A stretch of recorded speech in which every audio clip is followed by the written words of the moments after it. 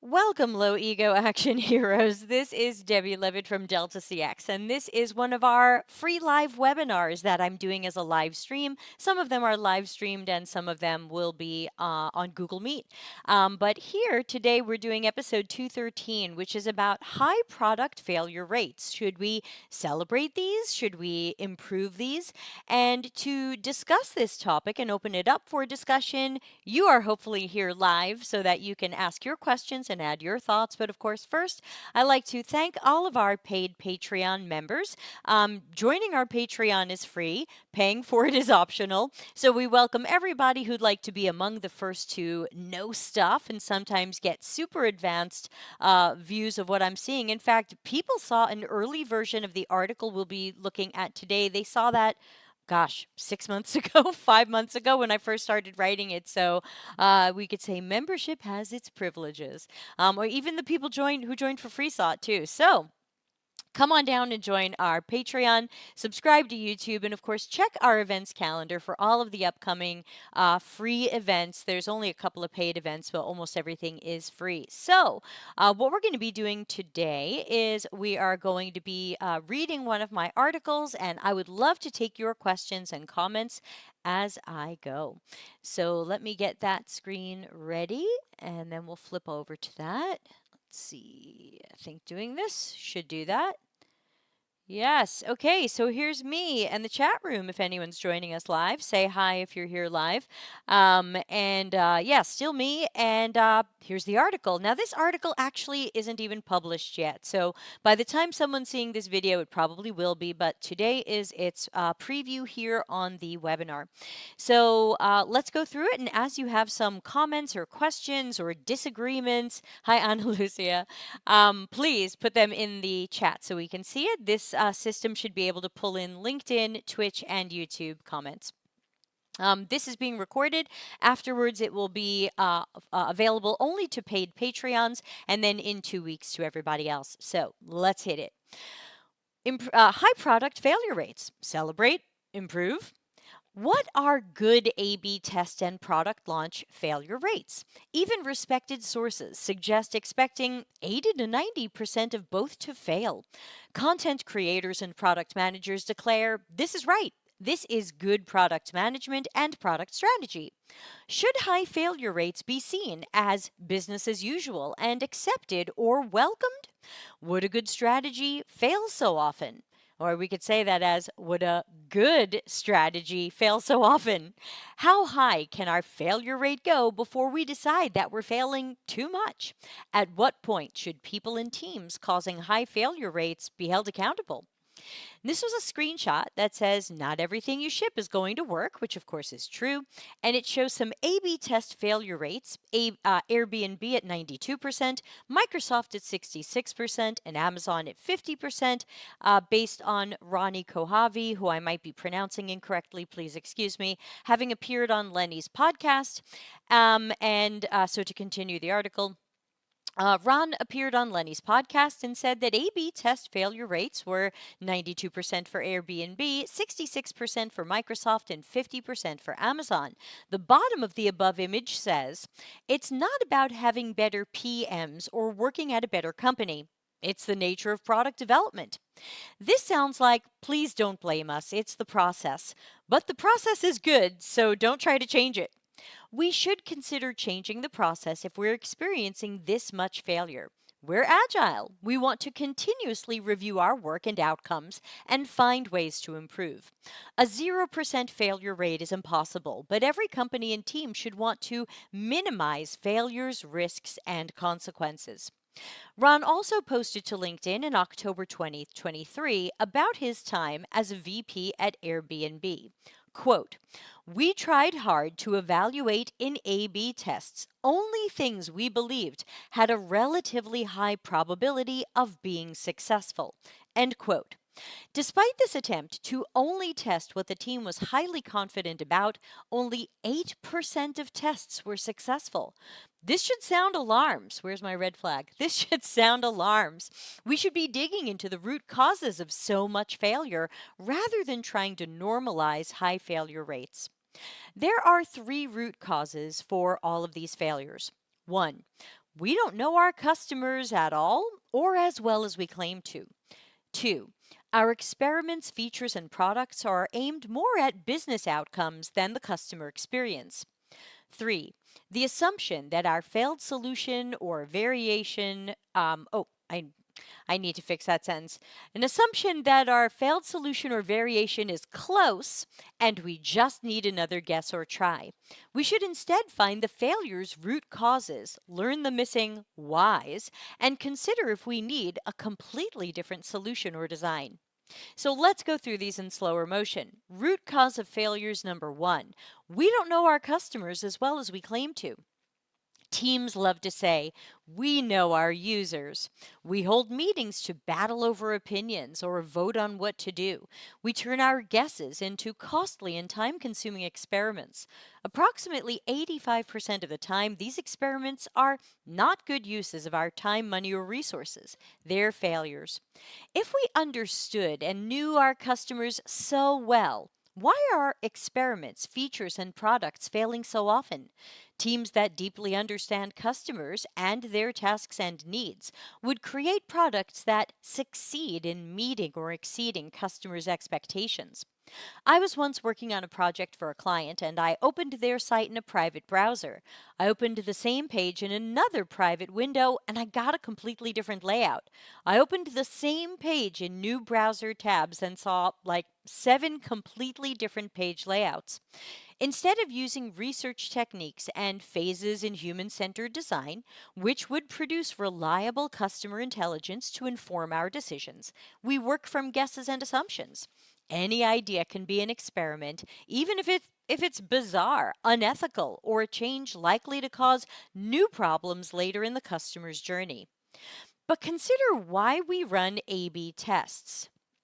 We know that A, the product we released, is badly broken, half baked, or has serious room for improvement. We know it's not 5 stars out of 5 quality for our customers. It's not meeting business goals. We understand our customers so little that the B we hypothesized would be an improvement was a measurable, palpable downgrade. We burned time and money by releasing or experimenting with something that performed worse than what we already had. I just want to take a moment and make sure we're still live. Are we still live? I should probably do a quick check on the YouTube, because I want to make sure. Because normally we get a lot more people responding and speaking up when I'm reading.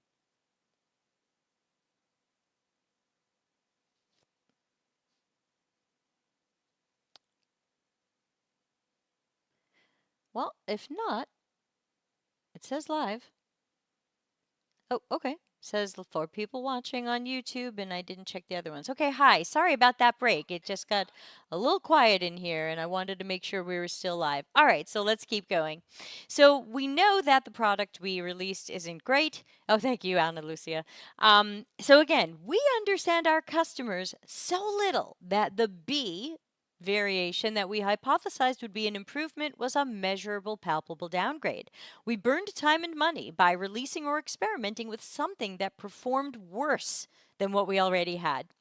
This waves a huge red flag that we don't really know our customers, their tasks, or what we need, or what they need. Sorry, hi, Chantel. Root cause of failures number 2. Our releases and experiments are mostly focused on achieving business goals. A/B tests and other experiments are often measured by KPIs or metrics. We're looking for a certain number to go up or down. This is often a business metric like revenue or conversion rate. Will we measure outcomes and consequences beyond the key change the business wants to see? What if we make more sales but have a disproportionate number of complaints or returns? What if our conversion rate goes up, but people coming in through that B variant were less likely to purchase again later? What if revenue goes up, but NPS goes down? What if we create more engagement, but customer support utilization goes up because people need more help or are complaining? We claim to have empathy for customers and want to satisfy, if not delight them. But Will our A/B test measure customer satisfaction or delight? Will we measure if the new B idea or variation improved efficiency for customers, improved their accuracy? Was it easier to learn or use? Customers are manipulated and pushed around the chessboard like pawns so that the business can see numbers it likes trending upward. Instead of delivering higher quality, we often decide to manipulate customers to achieve our business goals and metrics. Just build what makes them do what we want them to do. Yet, even with those mandates, we are only successful in making them do what we want them to do. Roughly 15% of the time. The rest are failures. Now, what's your customer experience? Feel free to jump into the chat with this one. Um, Oh, I can't remember if you mentioned what is the background of the person who reported high failure rates are okay. They were a VP, was it a VP of product at not at LinkedIn, at Airbnb. They were a VP level at Airbnb, and I thought it was product, but I could be wrong. So someone go look up Ron Kohavi on LinkedIn and tell me, because I don't remember. So what's your customer experience? Here's a little audience participation. If you work in tech, you can probably tell when a company created a feature or layout specifically to make you do something you didn't want to do. We can tell when something is pushing for more logins, more engagement, more of something that didn't match our core task. We don't like when this is done to us, but we show up to our jobs, continue cycles of mediocrity, and deliver questionable experiences to customers so we can say we made some numbers. Our customers and users are crash test dummies, strapped in for what 80 to 90% of the time is an experiment they're not going to see or use for very long. When it fails, we will remove it or change it. Is that a positive customer experience? Is that 5 stars out of 5? What are they telling friends and colleagues? What do our reviews say? Root cause of failures number 3. We must be close. Maybe this guess is the right one. Experiments often assume that we're close and we just need some iterating and optimizing. But what if A and B are both low quality and value for our customers? What if we're on a completely wrong path and unlikely to make the customers and or the business happy? What if our failures, and especially repeated failures, are a sign that we're not even close to the right solution or design? Will we snap out of our cycles of experiments and do the deeper research that tells us if the design or experience needs a larger rethink? Engineering's time is precious. Designers' time is precious. Marketing, customer support, product managers, every worker's time is precious. Are we utilizing these as best as we can? Product managers often shepherd what will be A/B tested or released. I challenge them to be more strategic and be stronger gatekeepers. We're not learning enough from failures. If we were learning through our failures, one might imagine that we would have fewer failures. Consider the above story about Airbnb, who claimed that they only ran experiments that they were highly confident about, but still tended to have a 92% failure rate. They might be learning that a single test failed, but do they know why? Do they have any why data on customers' tasks, needs, and why they do or don't do what the business wants more of? Do we know what customers want to do more or less of? Failure is not the only or best way to learn. Research is a crucial way to learn. We use it every day in all areas of work and life. We want to know more before deciding or taking action. Many of our favorite methods, including Agile and Lean, have their roots in factories and manufacturing plants. There, you can't turn your machines up to 100% speed or faster without sacrificing product quality, safety, and equipment wear. Experts have to adjust the speeds, allowing machines to work a little more slowly to improve quality, reduce defects, and cut waste. Digital products were supposed to take many pages from these techniques, but don't. We're supposed to care about defects, waste, risk, and quality, but we don't. We only seem to care about how fast we can run our digital factory floor. I recently did a talk at a conference and I asked people what some of their company values were, and someone said one of their company values was dare to fail. And I said, I think at this point we need dare to succeed. Dare to succeed. Are we having trouble winning customers, satisfying or delighting them, retaining them, or seeing repeat business? Have we promised to care about customers? Have empathy? Be honest, put customers first. Did we promise these things?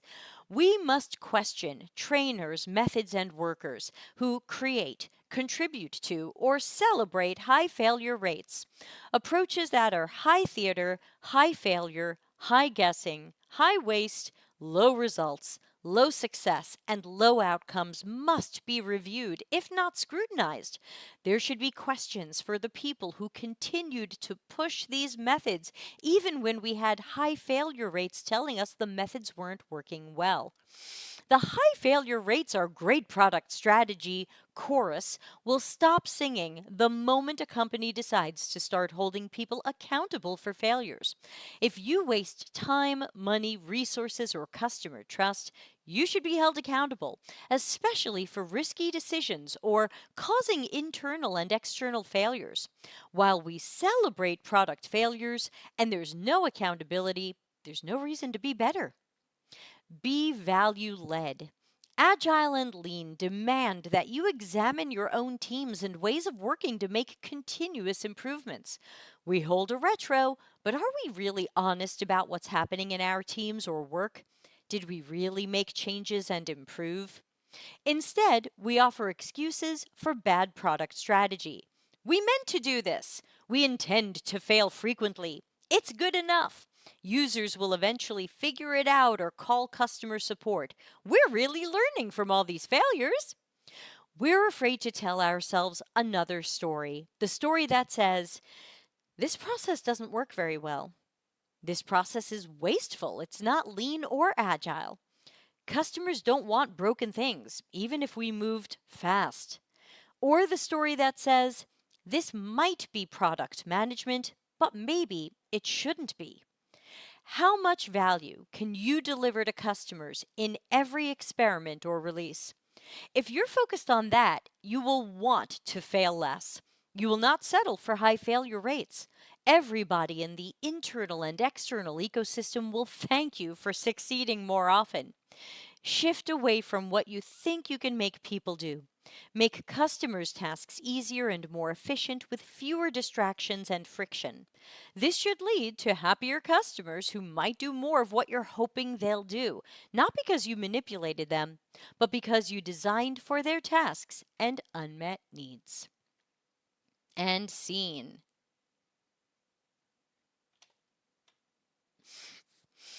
All right. So thank you for joining me for that preview of that article. That article will go live in about 2 weeks when this video goes live to everybody. So again, I would love to hear your questions, comments, thoughts, disagreements, different perspectives on this. Please let me know. Meanwhile, I'm going to fix that little mistake in the article.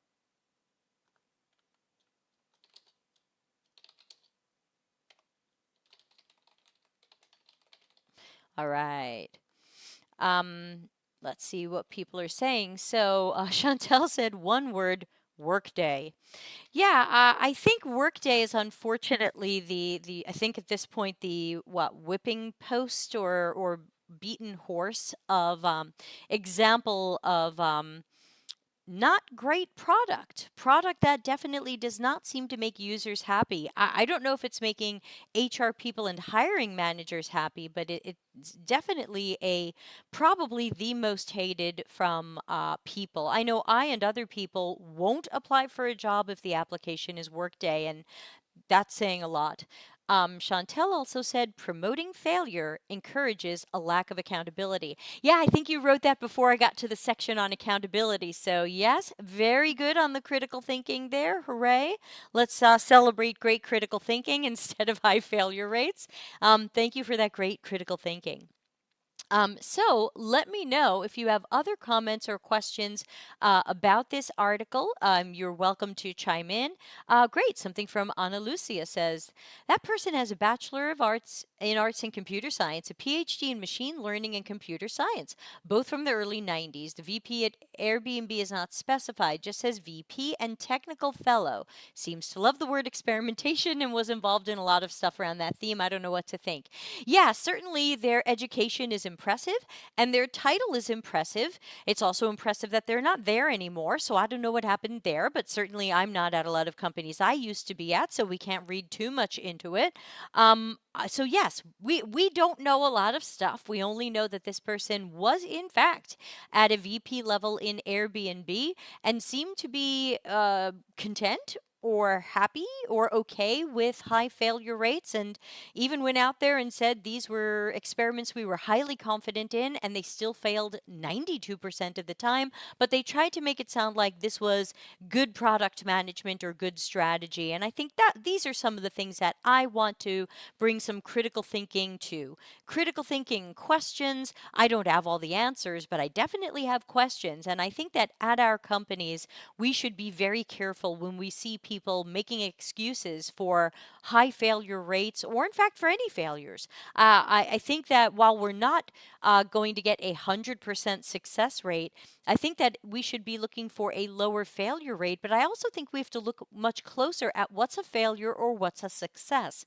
Because if a success is making people click a button more, when the CX or UX team knows that's not a button people want to click, or it's not something they need to do very often, what have we done here? Did we delight people? You know what I'm going to say next. Did we have empathy? These are my questions. Or did we just push people around the chessboard and go, look, we made people click that button more. We are winners. And that's where I think we have to take a closer look at what are we doing here? What are we experimenting with? What do we think success is? Are we measuring success from the customer's perspective at all?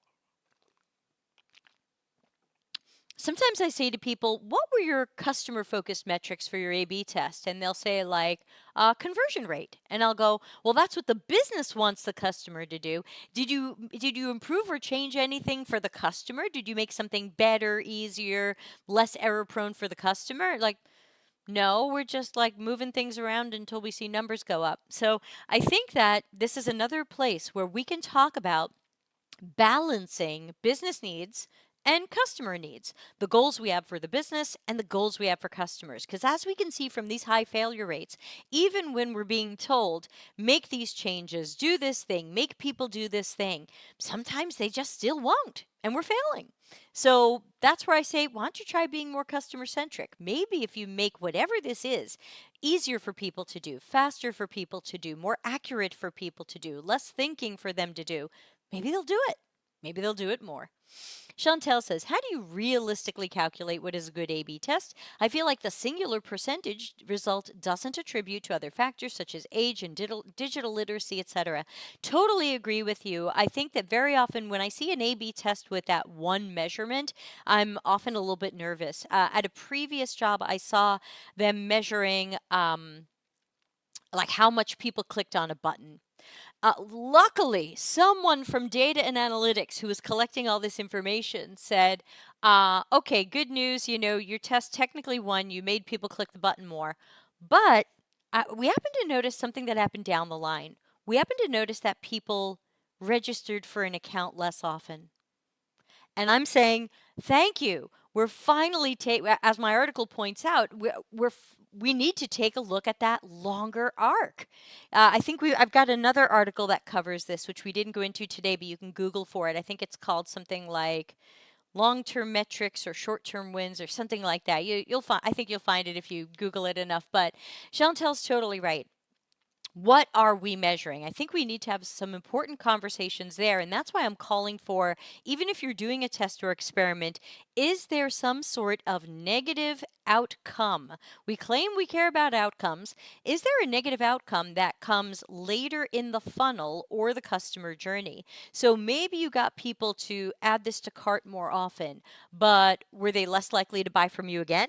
Did you see more people trying to return things than normal? Did we see higher complaints, angrier tweets? Did we see maybe people bought more now, but then didn't come back and buy from us ever again when we're the type of thing they could buy from again? So that's where I think that a short A B test is what it is, but sometimes there is a longer effect in the system.